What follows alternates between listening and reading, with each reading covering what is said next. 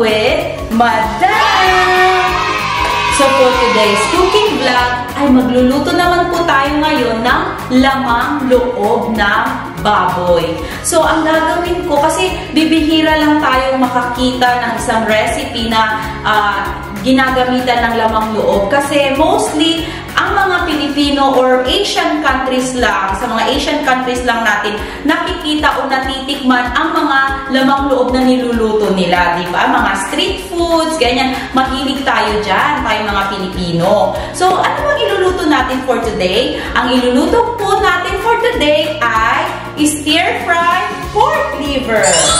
So, ang stir-fried pork liver po ay napakadaling gawin kasi mostly sa lamang loob ang ginagawa natin o yung liver ng pork ay ginagawa natin, iniihaw natin or piniprito. So, ngayon naman, i-stir-fry natin. Super simple, konti lang ang mga recipe, ay konti lang ang mga ingredients na kailangan natin at sigurado akong magugustuhan nyo po ito. So, ano pa bang hinihintay ninyo? Tara, samahan nyo po at iluto na natin ang stir-fried pork liver. Ang mga sangkap na kailangan natin para sa ating stir-fried pork liver ay salt and pepper, seasoning mix, oyster sauce, soy sauce, baking soda, at lalagyan din natin ng bell pepper, green at red bell pepper, onions or white onion, syempre, ang ating pork liver. Ayan.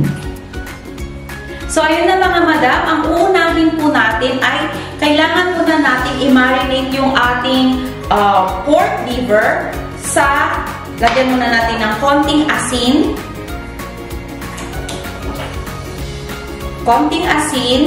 at konting paminta para magkaroon na siya ng lasa para mamaya.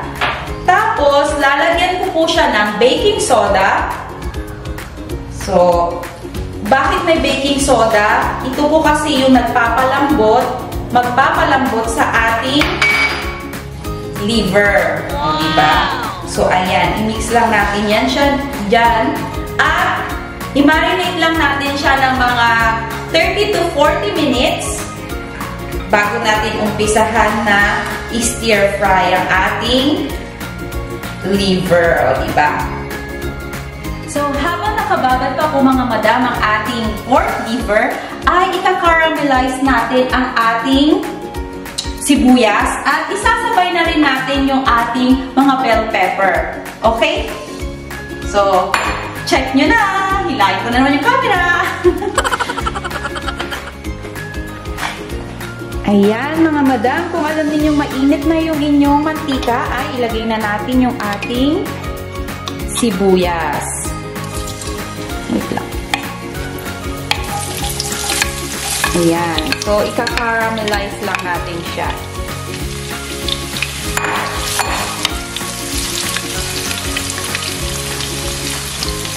So, ayan. Kumbaga parang, alam nyo yun, yung igigisa lang natin ng maayos yung sibuyas. Ayan. Malinaw ba? Kasi pag puti, hindi halos makita eh. Kung malinaw o hindi.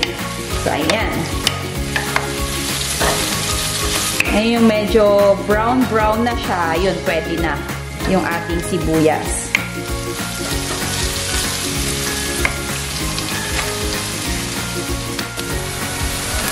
So, ayan mga madam. Mukhang pwede na yung ating sibuyas. So, itatabi na natin to.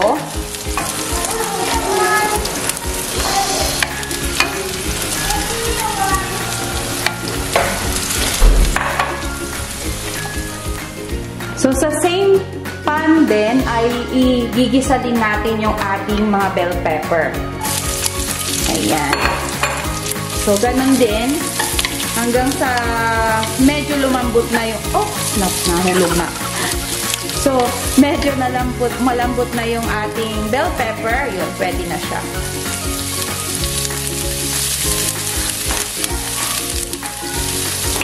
Ayan mga madam. Ang ganda ng kulay ng bell pepper, no? Yung red at green. Maganda rin sana kung meron kayong yellow na bell pepper, okay din yun. Kung ano yung available na bell pepper sa inyo. So, ayan. Kakaramelize lang natin yan. Yung medyo meron siyang sunog-sunog. Ayan. Ayan mga madam. Mukhang pwede na yung ating bell pepper. So, patayin na natin at hahanguin ko na.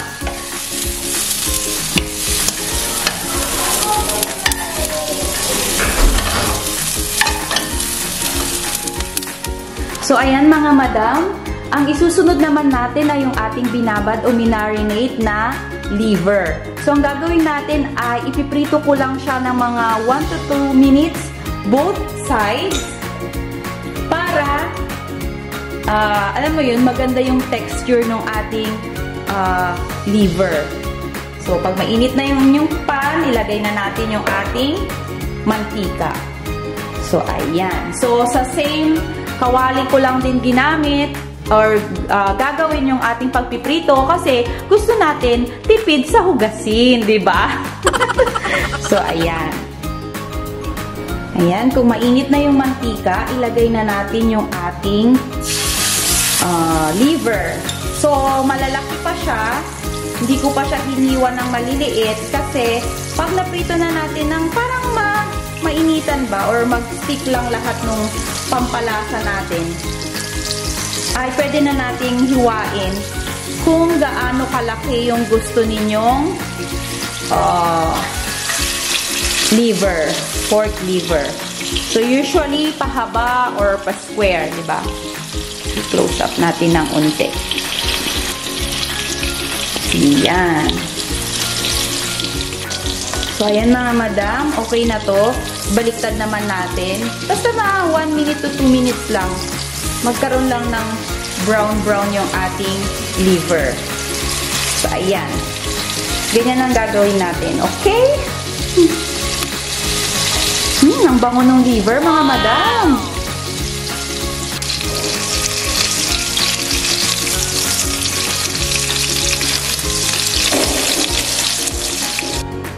So, ayan mga madam, natapos na natin na i-prito both side yung ating pangalan yan, ating liver. So, ang gagawin natin ay hihiwain lang natin siya ng kung ano yung preferred ninyo na hiwa. So, ako gagawin ko ay square na hindi naman ganun kaliliit, yung sakto lang. Ayan, saktong laki lang. Ayan, nakikita nyo ba? So, hiwain natin ito ng mga tatlo. Ganyan. So, ganyan.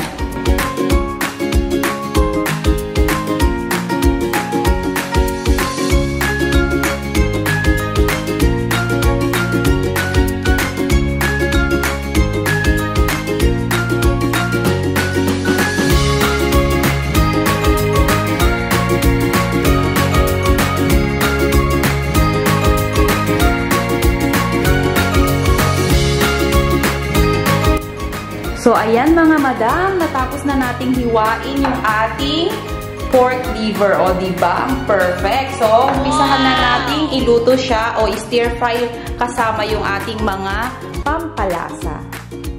So, ayan mga madam, same pan lang o same nakawali lang ang ginamit ko. Pero, syempre, hinugasan ko naman ngayon. Kasi, halo-halo na, diba?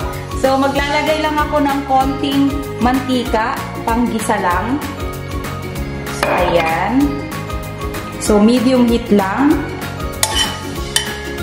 Ayan.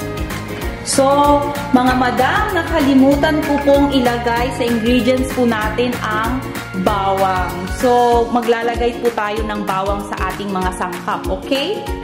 Huwag niyo pong kakalimutan. So, ayan, ilagay na natin yung ating bawang. Okay. Gigisa lang natin yan. Ayan. Kung alam nyo okay na yung inyong bawang, ay ilagay na natin yung ating liver na nahiwa-hiwa na. So, ayan.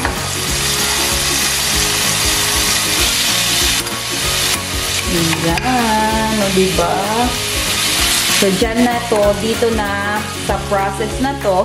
Process, ang daming process na. Maluluto yung ating liver. Yan.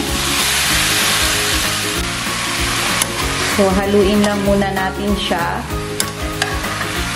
hanggang sa ma-coat ng maayos or maigisa pa natin na kasama yung ating bawang.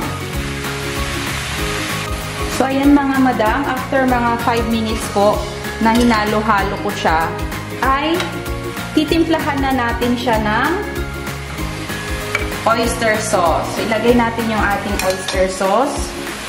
2 tablespoons of oyster sauce po ito. Ayan. Ayan. And then, isunod na rin po natin yung ating soy sauce. Ayan. 2 tablespoons of soy sauce din po yan. So, i-mix lang natin. Ayan. So, hawakan ko dito. Dapat pala, binaliktad ko, diba? Para mahawakan ko ng maayos. Ayan, parang ganyan. Okay bang ganyan? Ayan. Perfect.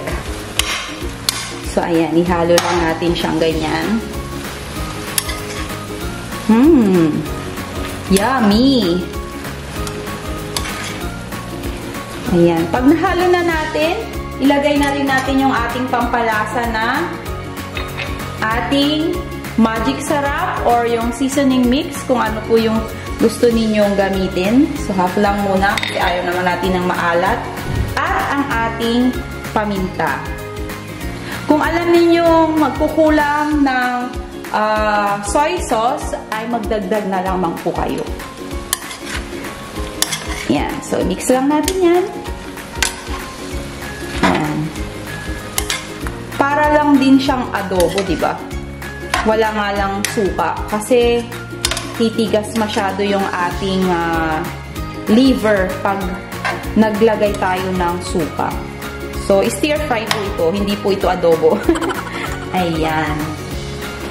Okay. So, ayan mga madam. Mukhang pwede na yung ating liver. So, ilagay na natin yung ating nakaramelize na sibuyas kanina. So, ayan. Ilalagay natin yan sa ibabaw. I mean, lalagay natin yan. Ihalo. At saka yung ating bell pepper. Yung bell pepper kanina. Ayan.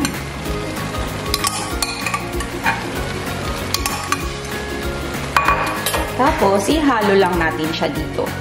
So, diba? Ang perfect na. So, another 5 minutes and pwede na ang ating stir-fry pork liver. So, ayun na mga madam. Natapos na rin ang ating stir-fry pork liver. O, ayan, umuusok-usok pa kasi bagong-bago lang siya sa ating kalan. O, diba? Galing lang sa kalan kaya sobrang init. So, syempre, bago po tayo magtapos sa ating vlog na ito ay titikman po muna natin ang ating stir-fry pork liver. O, diba? So, tikman natin ito. Wow. Ang bigat po talaga ng pork liver, di ba? Yung lamang loob. Sarap. Ang linamnam nung pork liver. Alam mo yung parang manaminamis siya. Bakit kayo manaminamis ito? Pero kung high blood po kayo, huwag nyo na pong i-try na kumain ng atay ng baboy. Please lang po.